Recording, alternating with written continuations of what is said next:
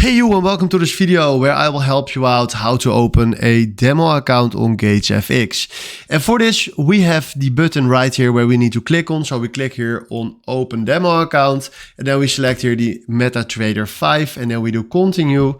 Then we select right here let's say demo raw spread, and then from here we select a leverage, 100 is fine, the currency, and then the initial balance that we want to use. Then after that we click on continue. Right now we do continue again, and now we just created a nice demo account with all the details standing right here.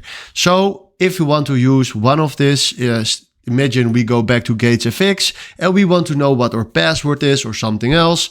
They send an email with all the details to your email address. So check your email address if you need some more details. But this is how you can create your own demo account. Hopefully this was the video where I was looking for. Thanks for watching and have a wonderful day. Ciao.